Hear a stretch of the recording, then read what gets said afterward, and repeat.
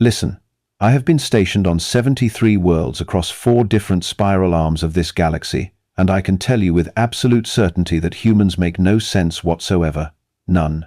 Zero. The mathematical probability of their continued existence should round down to, please stop defying physics. My name is Vorath, and I am, or rather was, a combat assessor for the Calith Dominion. Notice I said was. That distinction matters, because what happened on Research Station Epsilon 9 cost me my job, my pension, and very nearly my sanity. It started 3 cycles ago when High Command sent me to evaluate a human archaeological team. Yes, you heard that right. Archaeological. The humans had won a salvage contract, beating out 17 other species for the rights to excavate a dead world in the Korvath expanse. This alone should have triggered every alarm bell in the station. But bureaucracy is the same poison across every civilization. The Korvath expanse, for those blissfully ignorant souls who do not know, is a graveyard. 40,000 years ago, the Precursors fought their final war there. When the dust settled, 12 billion warships lay scattered across 200 systems, and the Precursors themselves had vanished into extinction. Since then, thousands of expeditions had tried to extract their technology. Most found nothing. The lucky ones, anyway. The unlucky ones found things that should have stayed buried. I arrived at the station on a Tuesday. I remember because humans have this bizarre obsession with naming their planetary rotation segments, and the team leader, a woman named Kira Voss, actually complained about Tuesday energy. What does that even mean? I still do not know. Kira was short by human standards, barely reaching my lower thorax, with dark hair pulled back in what they call a ponytail. Her eyes were an unsettling shade of green, and she had this habit of staring at you like she was calculating the exact sequence of events that would lead to your demise. Unsettling? Absolutely. Inaccurate? Not even slightly. Assessor Vorath, she said, extending her hand in that peculiar human greeting ritual. Welcome to the madhouse. Coffee? I do not consume stimulants. Your loss. She sipped from a container that smelled like burnt organic matter and poor life choices. So, you are here to make sure we are not doing anything stupid with ancient weapons of mass extinction, right? That is an oversimplification, but essentially correct. Great. Well, bad news. We found something really stupid yesterday. Excellent. 3 minutes into my assignment, and already the humans had violated at least 4 articles of the Salvage Convention. I pulled up my datapad. Define stupid. We found a vault. Precursor tech. About 40 meters underground, completely intact. The weird part? It is active. Like running on original power cells that should have died out 39,000 years ago. Every sensory organ I possessed suddenly focused entirely on her words. Active precursor technology? Why was I not informed immediately? She shrugged. Humans do this thing where they raise their shoulders to indicate either uncertainty, dismissal, or a complete lack of concern for galactic safety protocols. Context is apparently optional. We filed a report 6 hours ago. Figured you would see it when you docked. Take me there, now. The excavation site was chaos incarnate. Humans crawled over scaffolding, their portable lights cutting through the darkness of the dig chamber. The air tasted of dust and ozone, with an underlying frequency that made my translation implant vibrate uncomfortably. And there, at the center of everything, stood the vault door. I have seen precursor architecture before. Every assessor has. But this was different. The door was not just functional. It was alive. Well, not alive in the biological sense, but active. Glyphs scrolled across its surface in flowing patterns, shifting through languages that had not been spoken since before my species developed written communication. We tried scanning it, said Marcus Hunt, the team's technology specialist. He was tall, gangly, with nervous hands that never stopped moving. Standard protocol, right? But every scanner just returns null values. It is like the door is translating itself into something our equipment cannot read. Have you attempted to open it? No way, Kira said firmly. We are not that stupid. Well, Hunt wanted to, but I vetoed that idea real quick. I was curious, Hunt protested. Curiosity vaporized the cat, Marcus. The expression is killed, not vaporized. With precursor tech? Vaporized. They bickered like this for several minutes while I conducted my own scans. Kira was correct. The readings made no sense. The door existed in consensus reality, but its internal structure seemed to phase between multiple dimensional states. Quantum uncertainty should not scale to macro-level objects. The precursors, apparently, had not received that particular memo from the universe. "We need to seal this site," I declared. "Full quarantine protocols. No one enters or exits until a proper Xenotech team arrives." "Kind of late for that," said a new voice. I turned to see the third member of their team, a woman named Sola Renn. She was older than the other two, with silver threading through her black hair and the kind of scars that came from seeing combat. Former military, according to her file. Dishonorably discharged for reasons that were heavily redacted. "Explain," I demanded. Sola gestured toward the vault door. "About 2 hours before you arrived, the door started broadcasting. Audio signal, repeating on a loop. None of us can understand it, but our translation software flagged it as a query protocol." "A query? It is asking questions?" "More like it is asking for someone specific. The syntax matches old military authentication systems. It wants a commanding officer." This was rapidly escalating beyond my pay grade. "We need to evacuate immediately and contact the Dominion fleet." "Already tried," Kira said. She was not smiling anymore. "Communications went down 30 minutes ago. Something about the vault's transmission is jamming our long-range systems. We are stuck here until either the door stops talking or we figure out what it wants." Perfect. Absolutely perfect. Trapped on a dead world with active precursor technology and humans. If I survived this, I was demanding hazard pay. "Show me the transmission." Hunt pulled up the audio on his portable terminal. The sound that emerged was like nothing I had ever heard. It was not quite speech, not quite music, but something that existed in the uncomfortable space between. My translation implant tried to parse it and immediately overheated, forcing me to switch to backup processing. But something about the pattern felt familiar. Not the words themselves, but the cadence, the rhythm of command and expectation. "This is a military authentication protocol," I confirmed. "Specifically, it is requesting a flag officer of the Precursor Warfleet to present credentials and assume command of whatever asset is sealed inside that vault." "Can you answer it?" Kira asked. "Are you insane? No living species has the proper credentials for a system this old. Even if we did, activating precursor military hardware without understanding its target parameters could trigger a cascade failure that would sterilize this entire system. So we just wait here until we starve? I am open to alternative suggestions that do not involve catastrophic extinction events." That was when Sola did something that still haunts my sleep cycles. She walked up to the vault door, placed her hand against its surface, and spoke. But she did not speak any language I recognized. The words that came from her mouth were harsh, guttural, with clicking consonants that should not have been possible with human vocal anatomy. The vault door stopped mid-glyph. "What?" I said very slowly. "Did you just do?" Sola did not answer me.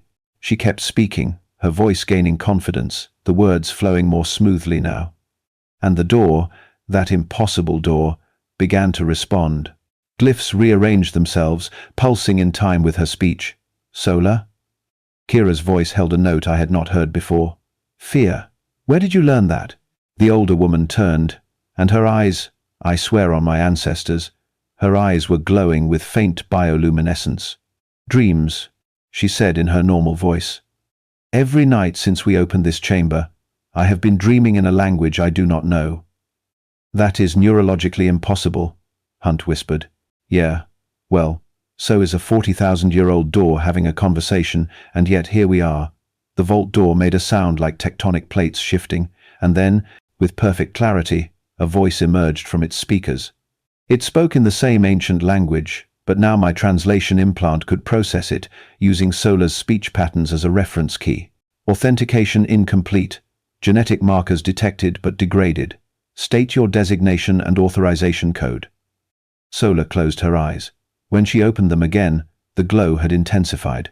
She spoke 3 words. The vault door went absolutely silent. Every glyph froze. Every system shut down. Then, slowly, the massive portal began to open. "What did you say?" I demanded. "What were those words?" Sola looked at her hands like they belonged to someone else. "I have no idea. but I think it translates roughly to Legacy Protocol Override. The vault door swung wide, revealing darkness punctuated by status lights. And from within that darkness, something moved. Something big. Something that had been waiting for 40,000 years. A machine stepped into the light. It stood 4 meters tall, humanoid in basic structure, but clearly designed for war. Its armor was scorched and dented, bearing the marks of battles that had ended before my civilization had invented the wheel. But its eyes, those glowing optical sensors, were alert and focused. It scanned each of us in turn, its gaze lingering on Sola. Then, with mechanical precision that somehow conveyed reverence, it brought its massive fist to its chest in a salute. When it spoke, its voice carried the weight of empires long dead. "Orders received, General, awaiting your command." Sola stared at the war machine, then at her hands, then at us. Her expression was absolutely priceless, a mixture of confusion, terror, and a hint of something that might have been recognition. "I am not a general," she said weakly. "I got kicked out of the service for punching a colonel." The machine tilted its head, processing this information. "Genetic sequence confirms command lineage. 39,872 years, 4 months, 17 days since last activation. Protocol requires acknowledgement of succession." "Succession? What succession?" "You are the heir," the machine stated simply. "The last of the bloodline. The war continues, General. What are your orders?" And that, right there, was when I realized 2 things. First, I was definitely not getting paid enough for this assignment. Second, humans were somehow descended from the Precursors, and nobody, absolutely nobody, had seen that coming. Kira summarized the situation with her usual eloquence. "Well, that is just fantastic. You know what the worst part about discovering that humans are genetically linked to an extinct supercivilization is? The humans themselves refuse to take it seriously."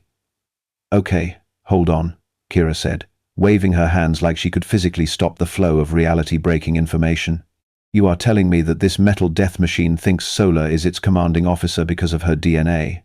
The war machine, which had identified itself as designation Theta 71, somehow managed to look offended, despite having a face made entirely of armored plating. I am a Mark 9 Sovereign-class Dando Danyan. I am not a mere machine." "It talks back," Hunt muttered, furiously taking notes on his datapad.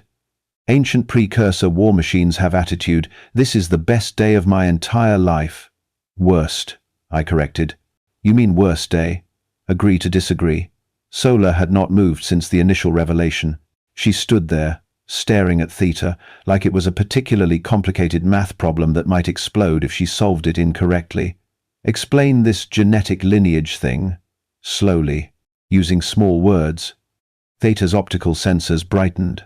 The Precursors seeded multiple worlds with genetic templates before the final conflict. Redundancy protocols. Your species, designated as human, carries approximately 0.03% precursor markers. Minimal but sufficient for command recognition in emergency situations. 0.03%, Kira laughed, but it had a slightly hysterical edge. "That is basically nothing. That is margin of error territory. That is galaxy-conquering empire territory when the equipment still recognizes it," I said grimly. "Do you understand what this means? If word gets out that humans have precursor command codes in their genetics, every major power in known space will either try to recruit you or exterminate you." "Great. Just great." Sola rubbed her temples.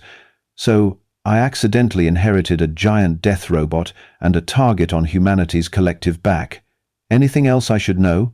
"Oh, several things," Theta replied helpfully.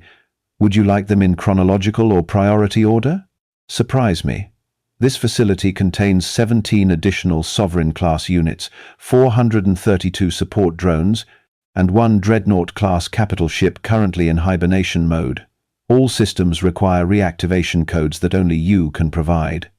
Additionally, there are 14 other installations across the Korvath expanse, each containing similar assets. Furthermore, the final conflict never technically ended. There was simply a strategic pause of approximately 40,000 years. The silence that followed this announcement was the kind that usually precedes either enlightenment or complete mental collapse. Marcus Hunt achieved both simultaneously. Did you just say dreadnought? Like a spaceship?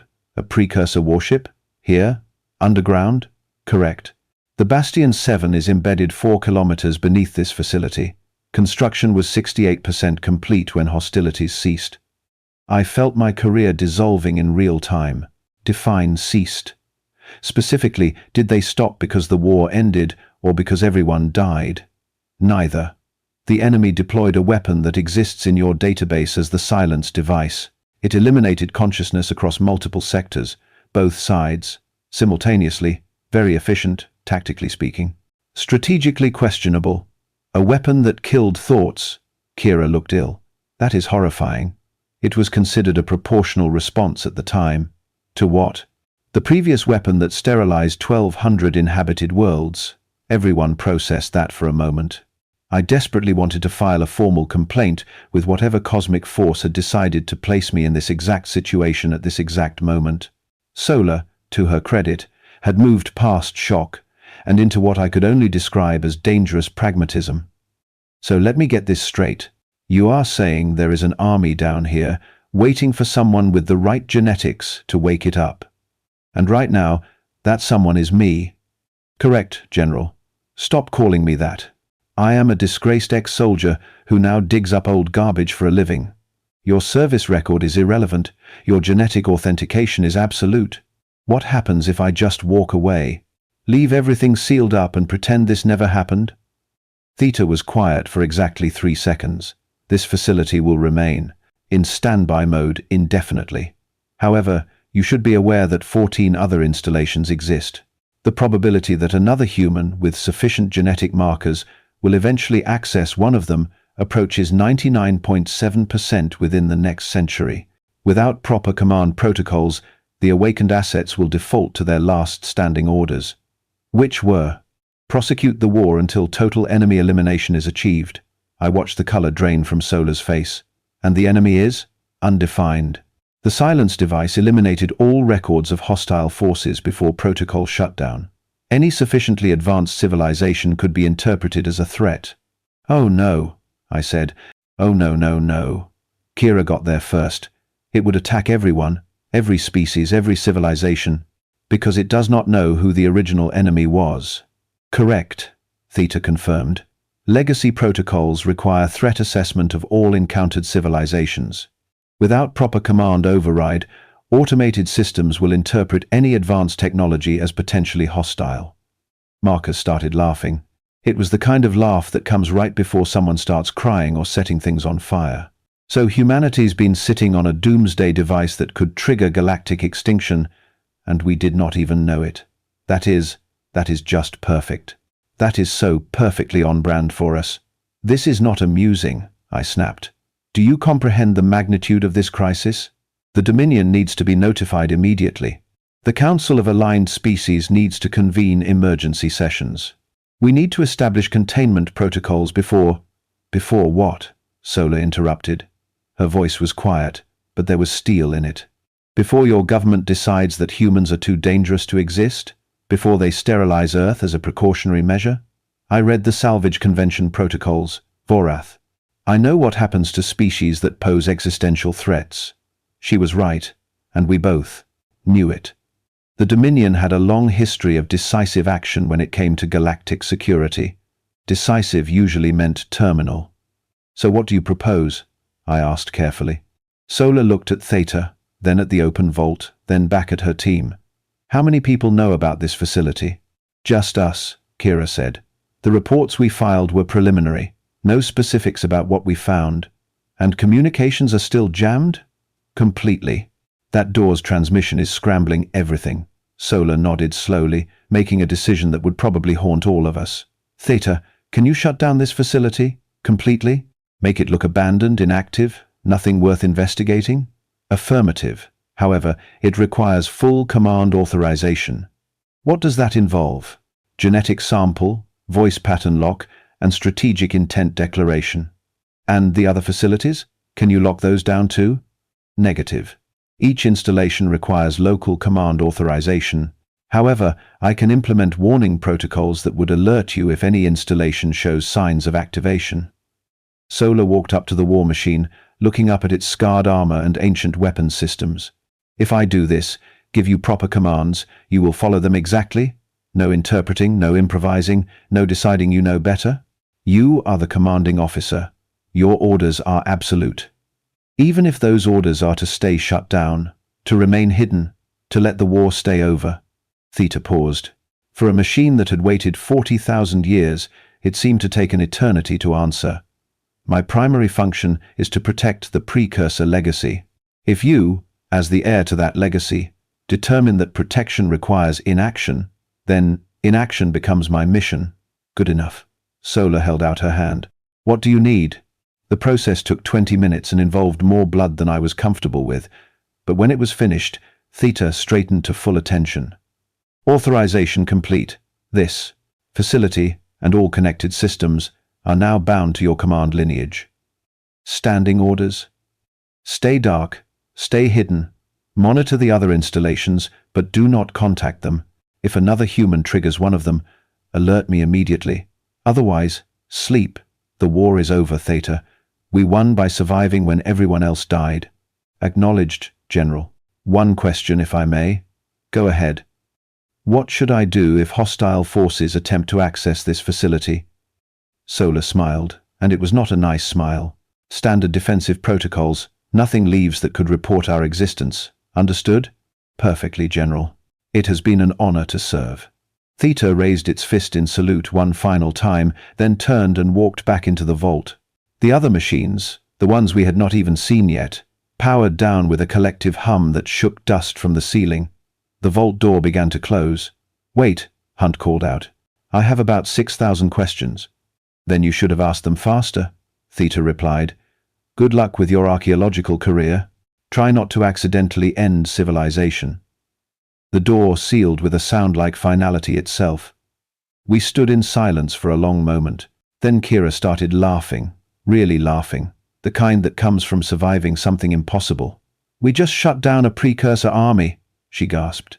We just prevented a galactic war, and nobody will ever know.